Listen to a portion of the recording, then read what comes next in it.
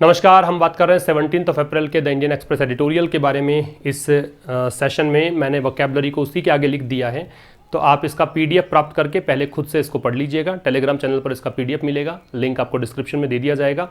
तो इसको पहले खुद से पढ़ लें, फिर सेशन को कंप्लीट देख लें, आपको बढ़िया तरीके से समझ में आ जाएगा। ठीक है, बोर्ड पर आकर बता रहा हूँ, सेशन थोड़ा सा समय था, इस कारण से मैंने कोशिश की है कि बोर्ड पर इसको बताया जाए।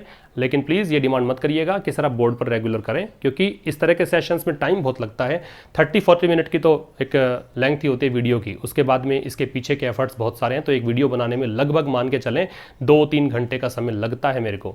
और चूँकि 2 चैनल्स और भी हैं, एप्लीकेशन भी हैं, बहुत सारे क्लासेज वहाँ पर रहती हैं, बहुत सारे कोर्सेज वहाँ पर हैं, तो मुझे वीडियोस अपलोड करते रहना पड़ता है। इस कारण से बोर्ड पर आना इतना संभव नहीं होता, इस तरह के सेशंस को लेकर आना। वैसे जो डिफेंस का चैनल हमारा चल रहा है, वहाँ पे वोकैबुलरी का सेशन चल रहा है, मैं बोर्ड पर आकर बता रहा हूँ। बैंकिंग और मैनेजमेंट का चैनल है, वहाँ पर आपको रात को 8 बजे मैंने अब सेशन को डेली कर दिया है। वहाँ सेशन आप देखेंगे फाइनेंशियल एक्सप्रेस का, इकोनॉमिक टाइम्स का, कोई भी बिजनेस न्यूज़ हम डिस्कस करते हैं, एक छोटा सा सेशन होता है 15 से 20 मिनट के लेंथ का, उसको वहाँ पर देखें तो उस तरह की जो टर्मिनोलॉजी है, उस तरह के आर्टिकल्स है, वो आपको समझ में आना शुरू हो जाएगा। ठीक है ना। तो सेशन को हमेशा मैं कहता हूँ एंड तक देखें, तो यहाँ भी एंड तक देखें, कुछ भी छोड़ना नहीं है, और जो भी इंपॉर्टेंट लगे उसको नोट करते चलें। शेयर जरूर कर दीजिएगा वीडियो को, ताकि और बच्चे भी देख सकें, जान सकें कि कैसे इंग्लिश आसान बन सकती है। चलो बात करते हैं। यहाँ पे जो पहली स्लाइड है आपकी, वो क्या बोलना चाह रही है। देखो, कोविड-19 के चलते जो देश के प्रयास हैं, कोविड-19 के चलते भारत किस प्रकार से यहाँ पे अपना स्ट्रगल जारी रखे हुए है, उसके बारे में ये आर्टिकल है। तो ये कह रहा है कि the nation has joined ranks. Joined rank जो शब्द है, ये जो एक दे रखा आपको, इसका मतलब है टू बिकम अ पार्ट और member of a large group. तो समझ गए होंगे आप, एक बहुत बड़े ग्रुप का हिस्सा बन जाना। अगर हिंदी में नोट करना चाहते हैं आप लोग तो नोट करें मेरे साथ साथ, एक बहुत बड़े ग्रुप का हिस्सा बन जाने को बोलते हैं जॉइंट रैंक्स। तो भारत जो है, मतलब द नेशन यहाँ पे इंडिया के लिए है, तो भारत ने बहुत बड़े ग्रुप को यहाँ ज्वाइन कर लिया है। बहुत बड़ा ग्रुप इसलिए कहा गया है कि कोविड-19 की जो लड़ाई है, ये केवल भारत की लड़ाई नहीं है, पूरे विश्व की लड़ाई है। सबसे ज़्यादा जो प्रभाव पड़ रहा है फिलहाल अमेरिका पे पड़ रहा है, उससे पहले आपने देखा इटली के ऊपर, इसके पहले ईरान के ऊपर, है ना, स्पेन में बहुत सारा इम्पैक्ट इनका पड़ा है। तो पूरा विश्व जूझ रहा है इस आपदा से। और देखिए यहाँ पर एक, अगर आप ये टेल वर्ड्स उठाएं, ये लास्ट वाले वर्ड्स उठाएं, तो समझ में आपको आ जाएगा कि पूरा पैराग्राफ क्या बोलना चाह रहा है। देखिए यहाँ ये बोल रहा है अनप्रेसिडेंटेड। अनप्रेसिडेंटेड से मतलब होता है अभूतपूर्व, जो पहले कभी घटित नहीं हुआ है, उसे बोलते हैं अनप्रेसिडेंटेड। इकोनॉमिक क्राइसिस का मतलब है आर्थिक संकट। इकोनॉमिक क्राइसिस का मतलब क्या है? आर्थिक संकट। क्राइसिस प्लूरल बना हुआ है किसका? क्राइसिस का। CRISIS का प्लूरल बना हुआ है, ई जोड़ा हुआ है आई के स्थान पे। तो जो अभूतपूर्व है, लोगों के स्वास्थ्य का संकट उभर कर आया है, और ये जो आर्थिक संकट आए हैं, इनके चलते, इन द फेस ऑफ दे रखा है। इन द फेस ऑफ का मतलब क्या है? इन द फेस ऑफ का मतलब है जब किसी मुश्किल से सामना होता है उसमें। इन द फेस ऑफ का मतलब एक और होता है डेस्पाइट, वो भी नोट कर लीजिएगा आप। इसका मतलब डेस्पाइट भी होता है। डेस्पाइट का मतलब होता है के बावजूद। ठीक है। और इन द फेस ऑफ का मतलब यहाँ पे है ऐसी situation where you have to deal with something unpleasant और डिफिकल्ट, जहाँ पे आपको मुश्किल हालातों का सामना करना पड़ता है, उसे हम कहते हैं कहते हैं इन द फेस ऑफ। ठीक है। तो यहाँ पीछे से उठाएंगे तो इकोनॉमिक क्राइसिस के चलते और अभूतपूर्व जो ये एक पब्लिक हेल्थ का जो संकट है उनके चलते, चूंकि क्राइसिस बहुत सारे हो गए यहाँ पे, एक पब्लिक हेल्थ का हो गया, एक ये हो गया, 2 हो गए, तो प्लूरल बना दिया इसको। तो पब्लिक हेल्थ और इकोनॉमिक जो संकट हैं, इनके चलते पीछे से उठाएंगे। इनके चलते इसलिए क्योंकि इनसे सामना हुआ है, तो भारत जो है अब एक हिस्सा बन गया है किसका? बहुत बड़े ग्रुप का। मतलब जो पूरे बाकी के देश जो लड़ाई लड़ रहे हैं, भारत भी उस लड़ाई में शामिल है, भारत भी वो लड़ाई लड़ रहा है। समझ में आपको आ गया? तो 2 वर्ड्स हमने यहाँ पे सीखे हैं, जॉइंट रैंक और इन द फेस ऑफ। अब ये जॉइंट इसलिए था क्योंकि हैज के साथ वर्ब की थर्ड फॉर्म हम लगाते हैं। चलो आगे मूव करते हैं, अगली स्लाइड की बात करते हैं। तो यहाँ क्या बोलना चाह रहा है? यहाँ बोलना चाह रहा है everyone is playing there part. वैसे ग्रामर के दृष्टिकोण से तो सेंटेंस गलत है, वैसे सही है सेंटेंस, क्योंकि अगर आप डिक्शनरीज में चेक करोगे, ऑक्सफोर्ड एडवांस्ड में देखेंगे, कैम्ब्रिज में देखेंगे, कहीं पर भी देखेंगे, तो आपको एवरी के साथ में प्लूरल प्रोनाउन भी मिल जाता है, गलत नहीं होता है। लेकिन अगर मैं कॉम्पिटिटिव एग्जाम्स की बात करूं, एग्जाम के पॉइंट ऑफ व्यू से बात करूं, तो ये गलत है, क्योंकि हम ये सिखाते हैं कि एवरी के साथ में verb singular, noun singular, pronoun singular. तो यहाँ पे देयर ना के क्या आना चाहिए था? हिज आना चाहिए था। तो आप यहाँ पे गलती मानेंगे और यहाँ स्पॉट करेंगे एरर कि देयर में गलती है, इंप्रूव करेंगे सेंटेंस, देयर के स्थान पे हिज लगाएंगे। Everyone is playing there part का मतलब क्या है? एवरीवन, हर एक व्यक्ति, इज प्लेइंग कर रहा, मतलब यहाँ पे अदा कर रहा है, परफॉर्म कर रहा है, देयर पार्ट, हिज पार्ट, अपना रोल। तो यहाँ पे हर व्यक्ति अपना रोल अदा कर रहा है। ठीक है। इसमें वो कह रहा है कौन शामिल है? इंक्लूडिंग दोज, इसमें वो लोग भी शामिल है हु। अब ये कॉम्बिनेशन समझिएगा, मैंने प्रीवियस सेशंस में भी इसका डिस्कशन किया है कि हु से पहले दोज लगता है। ठीक है ना, हु से पहले क्या लगता है? दोज। आप यहाँ पे आपको एग्जाम में जब प्रश्न मिलता है तो हु से पहले आपको मिलता है दे या देम। कई बार ऐसा प्रश्न देखने में मिला है कि हु से पहले दे या देम मिलता है, वो गलत कर देना होता है, दोज लगेगा। दोज हु आर कॉन्ट्रीब्यूटिंग, अब ये आर किस लिए है, क्योंकि हु से पहले दोज है। ये वो लोग भी शामिल हैं जो कंट्रीब्यूट कर रहे हैं, जो योगदान दे रहे हैं, है ना, योगदान दे रहे हैं इस लड़ाई में। कोविड-19 की जो अगेंस्ट लड़ाई है उसमें योगदान दे रहे हैं। कैसे दे रहे हैं? विद फॉरबियरेंस। फॉरबियरेंस का मतलब होता है सहनशीलता, टॉलरेंस कह सकते हो, एंड्योरेंस कह सकते हो, ठीक है। एंड पेशेंस, पेशेंस का मतलब है धैर्य, दोनों ही नाउन है। ANCE से एंड हो, ENCE से एंड हो, ये जो सफिक्सेस हैं ये बताते हैं कि नाउन है। तो फॉरबियरेंस भी नाउन हुआ और पेशेंस भी नाउन हुआ। जिन शब्दों का एंड ANCE से है, जिन शब्दों का एंड ENCE से है, will be called noun. Generally ऐसा होता है। इन टाइडिंग ओवर, प्रेपोजिशन है इसलिए ING है, प्रेपोजिशन के साथ ING लगाते हैं। टाइड ओवर का मतलब है मुश्किल हालात में सपोर्ट करना, ठीक है, to support through a difficult period, एक मुश्किल हालात में सपोर्ट करने को बोलते हैं tide over. The lockdown, lockdown का even at the risk of danger, even का मतलब होता है भी, एडवर्ब है। At the risk of danger का मतलब है भुखमरी का खतरा है उसके बावजूद भी। एक बार फिर से समझिए, देखिए हर व्यक्ति अपना रोल अदा कर रहा है यहाँ पे, इस फाइट में सबके सब रोल अदा कर रहे हैं। इसमें वो लोग भी शामिल हैं जो लोग सहनशीलता से और धैर्य से इन मुश्किल हालातों में लॉकडाउन को सपोर्ट करें। लॉकडाउन जो कि 3 मई तक एक्सटेंड कर दिया गया, आपको पता है इस बारे में, ठीक है। तो भुखमरी का उनको खतरा है, खाने को उनको कुछ मिल नहीं रहा, उसके बावजूद वो सपोर्ट कर रहे हैं। तो ये लोग भी सच्चे मतलब दिल से लगे हुए हैं साथ में, ठीक है। डॉक्टर्स लगे हुए हैं, पुलिस वाले लगे हुए हैं, बैंकर्स लगे हुए हैं, इनका तो छुट्टी हुई ही नहीं है। टीचर्स हैं, ठीक है, कोचिंग इंस्टीट्यूशंस बंद हैं, कॉलेजेस बंद हैं, स्कूल्स बंद हैं, लेकिन बैंकर्स, पुलिस वाले, डॉक्टर्स, ये सब तो लड़ ही रहे हैं इस आपदा से। साथ साथ में ये लोग भी शामिल हैं जिनको भुखमरी का खतरा है, मजदूर वर्ग है, लेकिन इसके बावजूद ये सहनशीलता और धैर्य से इस लड़ाई में जुटे हुए हैं, ये बोलना चाह रहा है। इन 4 लाइन्स के अंदर ये बातें की गई है। इसके आगे हम बात करें तो इससे आगे कहा गया है इन हिज टेलीवाइज्ड स्पीचेस, इन मतलब में, हिज अपने, टेलीवाइज्ड का मतलब, स्पीचेस तो हो गया है नाउन और टेलीवाइज्ड हो गया है एडजेक्टिव। नाउन से पहले जब वर्ब लगती है तो वो पार्टिसिपल कहलाता है। नाउन से पहले वर्ब लगती है, क्या कहलाता है? पार्टिसिपल। क्यों कहलाता है? क्योंकि पार्टिसिपल इज इक्वल टू, आप यूँ कह सकते हो कि ये वर्बल एडजेक्टिव है। ये वर्बल एडजेक्टिव क्यों है? क्योंकि वर्ब तो है ही, क्योंकि आप थर्ड फॉर्म कर रहे हैं तो किसकी थर्ड फॉर्म करेंगे? फॉर्म्स तो वर्ब की बनती है, लेकिन साथ साथ में ये यहाँ पे एडजेक्टिव का काम भी कर रहा है, क्योंकि नाउन की विशेषता बता रहा है। तो ये पार्टिसिपल है, वर्बल एडजेक्टिव है। 2 फॉर्म्स पॉसिबल हैं, या तो ING फॉर्म में आता है, थर्ड फॉर्म में आता है। तो अपने उन स्पीचेस में जो टेलीविजन पर प्रसारित हुई है, कहना चाह रहा है टू द नेशन, ये स्पीचेस किसको दिए थे? राष्ट्र को। तो राष्ट्र के नाम पर जो संबोधन दिए थे, उन संबोधनों में द प्राइम मिनिस्टर, प्रधानमंत्री, हैज़ अर्ज्ड, अर्ज का मतलब है सलाह देना या फिर किसी को मनाने का प्रयास करना कुछ करने के लिए। तो प्रधानमंत्री ने निवेदन किया था, परसुएड करने का प्रयास किया था, सिटीजन्स को सलाह दी थी, एंड सिविल सोसाइटी को सलाह दी थी टू स्टेप फॉरवर्ड, कि वो आगे आएँ। स्टेप का मतलब कदम रखना है, फॉरवर्ड का मतलब आगे है, कि वो आगे आएँ, एंड ज्वाइन द फाइट, और इस लड़ाई में हिस्सा लें, ज्वाइन करें। रिपीट कर रहा हूँ, जो अपने स्पीचेस नेशन के नाम दिए थे प्रधानमंत्री मोदी ने, उन टेलीवाइज्ड स्पीचेस, टेलीविजन पर जो प्रसारित हुए थे, उन स्पीचेस में इन्होंने आग्रह किया है सिटीजन्स से, सिविल सोसाइटी से, कि वो आगे आएं और इस लड़ाई में हिस्सा लें। इसके बाद देखो, he included the media in the essential services, उन्होंने इंक्लूडेड शामिल किया मीडिया को, किसमें? In the essential services. Essential का मतलब आवश्यक, सर्विसेज का मतलब सेवाएं। इसेंशियल का मतलब सिग्निफिकेंट होता है, पिवटल होता है, आप इंपॉर्टेंट कह सकते हो, वाइटल कह सकते हो। तो उन्होंने इसेंशियल सर्विसेज में मीडिया को भी इंक्लूड किया। आगे कहा accurate information is high calibre ammunition in this global battle against a poorly understood foe. ये जो है इसको फो बोलते हैं। फो का मतलब होता है एनिमी।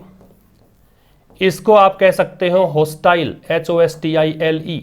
इसको आप कह सकते हो एंटागोनिस्ट, ठीक है। तो ये सब क्या है? दुश्मन के लिए यूज करते हैं। एडवर्सरी भी यूज कर सकते हैं, ADVERSARY, दुश्मन। इसके साथ साथ एक वर्ड बता देता हूं, FOE के जगह पे WOE आ जाए वो, तो इसका मतलब होता है दुख, ठीक है।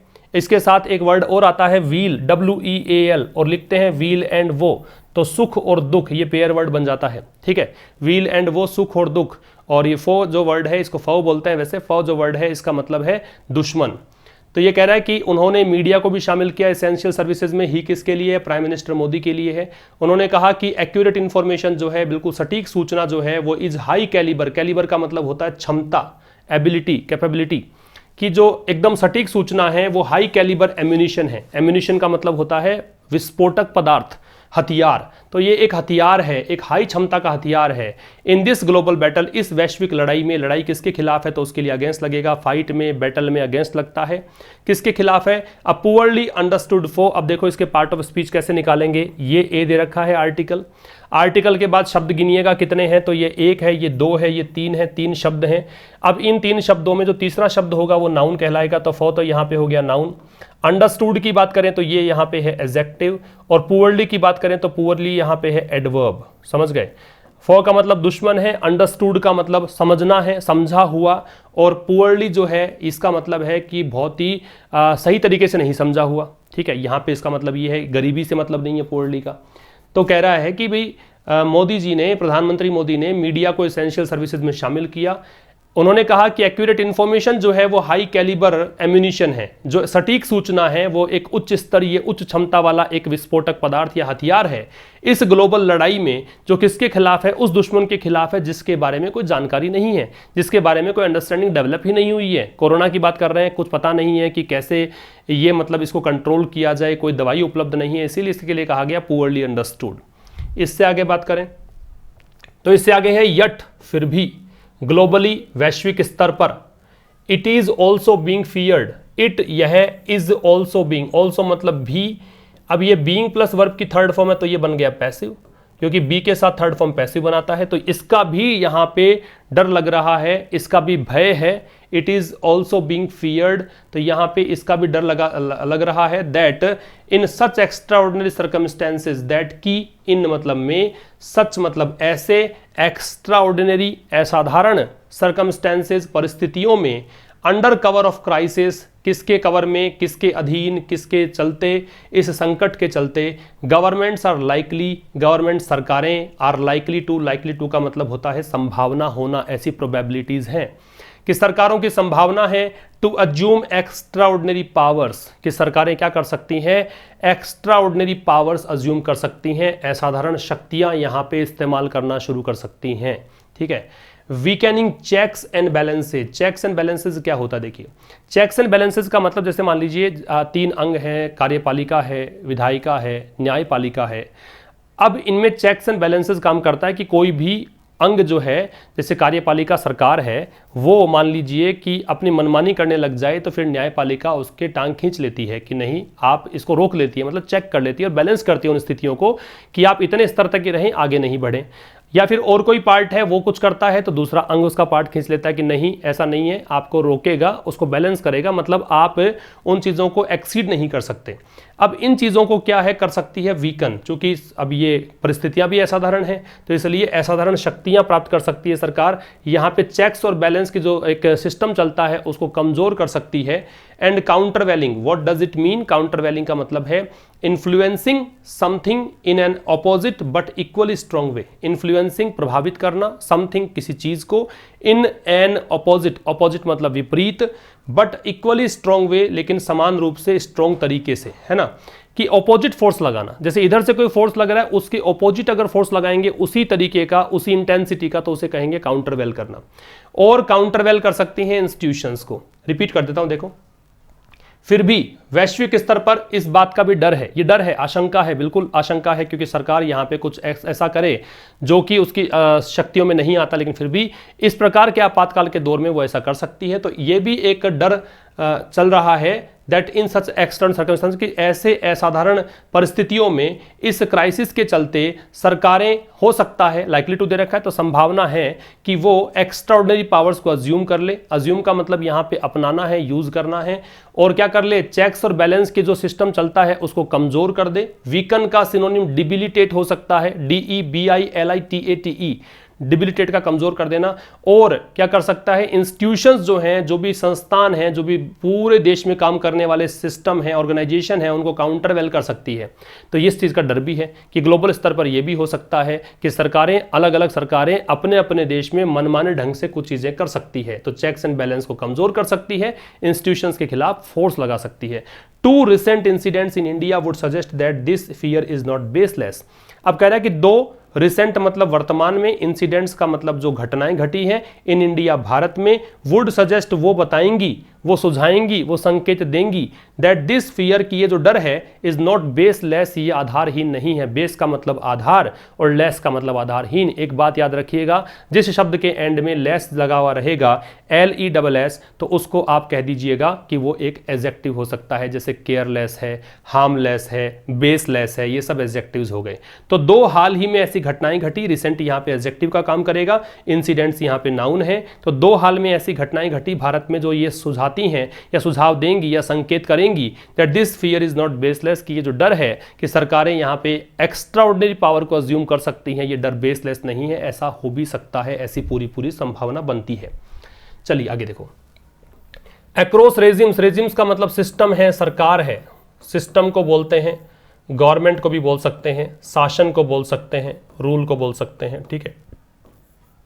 तो कह रहा है कि अक्रॉस रेजिम्स, अक्रॉस जहां लग रहा है तो देखो अक्रॉस द वर्ल्ड हम पढ़ते हैं काफी बार, आजकल आ ही रहा है इस प्रकार से, मतलब पूरे विश्व में। आज जैसे द हिंदू का आर्टिकल है पहले वाला, उसमें दे रखा है अक्रॉस गल्फ कंट्रीज की बात कर रखी है, तो पूरे खाड़ी देशों में। तो ठीक ऐसा ही अक्रॉस रेजिम्स मतलब सभी शासनों में, सभी सिस्टम में, सभी गवर्नमेंट्स में। And irrespective of, irrespective of का मतलब है इस चीज से कोई लेना देना नहीं है, ठीक है, इसका कनेक्शन इस किसी चीज से नहीं है। इर्रेस्पेक्टिव ऑफ पॉलिटिकल इंक्लिनेशन, इसको प्रोनाउंशिएट क्या करेंगे, इंक्लिनेशन। इंक्लिनेशन का मतलब क्या होता है, रुझान, प्रवृत्ति, झुकाव। तो पॉलिटिकल इंक्लिनेशन का कोई लेना देना नहीं है कि कैसा राजनीतिक झुकाव है। पॉलिटिकल जो है वो एक एडजेक्टिव है, ICAL जिसके लास्ट में लगता है ना, वो एक एडजेक्टिव होता है। A mistrust of non governmental organisation, mistrust का मतलब अविश्वास, नॉन गवर्नमेंटल ऑर्गेनाइज को NGOs के नाम से जानते, तो NGOs ही पढ़ लो, ठीक है।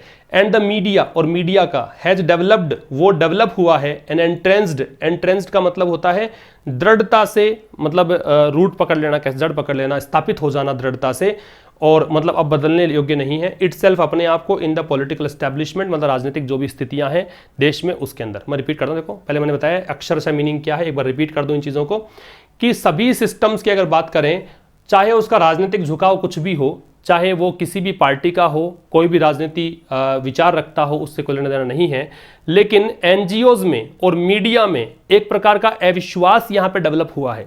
मीडिया विश्वास, उसका मतलब एक कह सकते विश्वासघात हुआ इनके साथ। NGOs हैं उसमें एक विश्वास यहाँ पे स्थापित हुआ है अपने किसको लेकर, इन द पॉलिटिकल एस्टेब्लिशमेंट, जो भी राजनीतिक एस्टेब्लिशमेंट है देश में, जिस सरकार जो चल रही सरकार के खिलाफ अविश्वास यहाँ पे एस्टेब्लिश हो गया है, ठीक है। तो अक्रॉस रेजिम्स सभी प्रकार के सिस्टम्स में, और चाहे पॉलिटिकल इंक्लिनेशन कोई सा भी हो, कैसा भी राजनीतिक रुख रखता हो, लेकिन उससे कोई लेना देना नहीं है।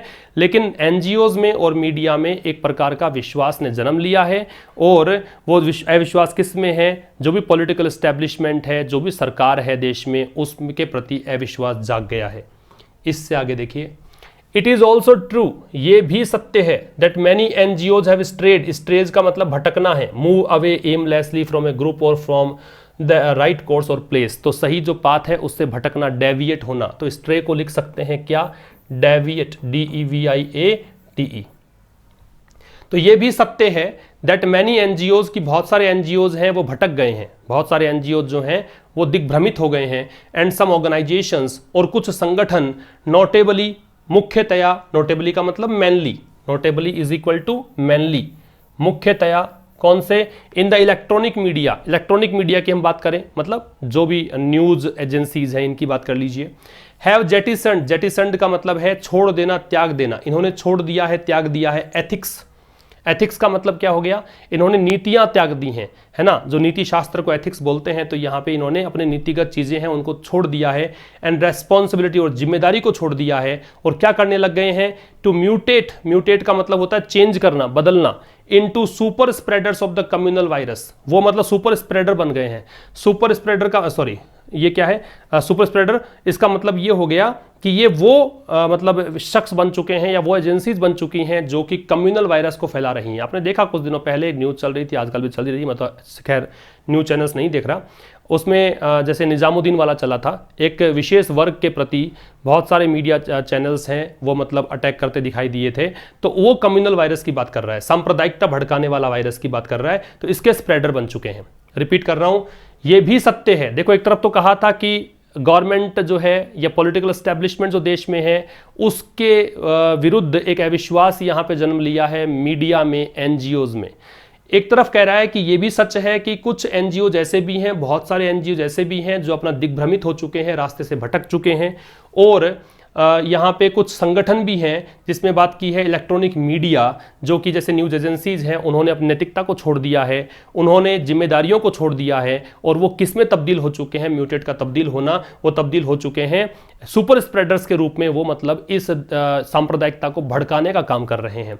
इसके बाद देखिए, एट द सेम टाइम, ठीक उसी समय, एट द सेम टाइम ठीक उसी समय, या फिर कहें कि साथ साथ में, द ओवरवेलमिंग मेजोरिटी, ओवरवेलमिंग का मतलब है, ओवरवेलमिंग एडजेक्टिव है, इसका मतलब बहुत बड़े स्तर पर, ठीक है, मेजोरिटी यूं कह सकते हो, बहुत बड़े स्तर पर जो मेजोरिटी है, डू देयर ड्यूटी, वो अपना काम भी करते हैं। अब ये फिर से मीडिया, फिर से एनजीओज की बात कर रहा है। इससे पहले स्लाइड के अंदर उनकी बुराई कर दी, अब यहाँ प्रशंसा की जा रही है कि बहुत सारे ठीक है दिग्भ्रमित हो गए, बहुत सारे जो हैं अपने रास्ते से डीरेल हो गए, वो सही से काम नहीं कर रहे हैं, वो स्प्रेडर का काम कर रहे हैं, वो फैला रहे हैं या इन चीज़ों को, इस वायरस, कम्युनल वायरस को, यहाँ कहा गया। लेकिन साथ साथ में एट द सेम टाइम का मतलब ठीक उसी समय द ओवरवेलमिंग मेजोरिटी, बहुत बड़ी मेजोरिटी ऐसी भी है, डू देयर ड्यूटी, जो अपना काम करती है, ठीक है, वो ऐसी मेजोरिटी है जो अपना काम करते हुए कर्तव्य निर्वहन कर रही है, एंड आर सर्विंग, और वो अपना सर्व कर रहे हैं, सेवा कर रहे हैं, एनोनिमसली का मतलब अज्ञात, बिना नाम दिए, एनोनिमस का मतलब क्या है, बगैर नाम दिए, एंड सेल्फलेसली, और बगैर किसी स्वार्थ के, निस्वार्थ भाव से, at the front lines in the current crisis, front line का मतलब अग्रणी होकर, सबसे आगे मोर्चे पर खड़े होकर, इन द करंट क्राइसिस मतलब वर्तमान संकट में, ये भी काम कर रहे हैं।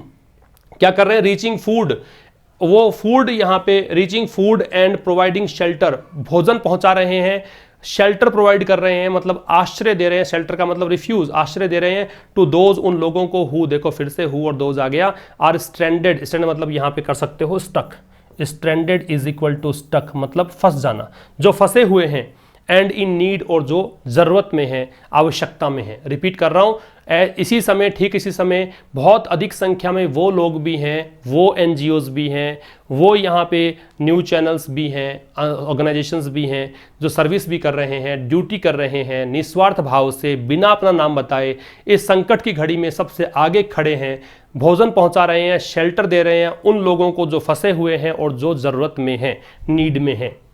और एक स्लाइड देखिए, शोइंग स्वीपिंग सस्पिशन, शोइंग दिखाना, स्वीपिंग का मतलब बहुत ज़्यादा मान लीजिए, अमूलचूल मान लीजिए, पूर्ण रूप से मान लीजिए, स्वीपिंग सस्पिशन, सस्पिशन का मतलब संदेह, डाउट को बोलते हैं, एट ए टाइम, ऐसे समय में, when early ally counts, every ally counts, जहाँ जिस समय में, अब समय के लिए क्या लग गया, व्हेन इससे कनेक्शन है इसका, एवरी अलाई, अलाई का मतलब मित्र, काउंट्स का मतलब जिसका इंपॉर्टेंस रखता है उसको काउंट बोलेंगे, यहाँ पे हर मित्र यहाँ पे इंपॉर्टेंस रखता है।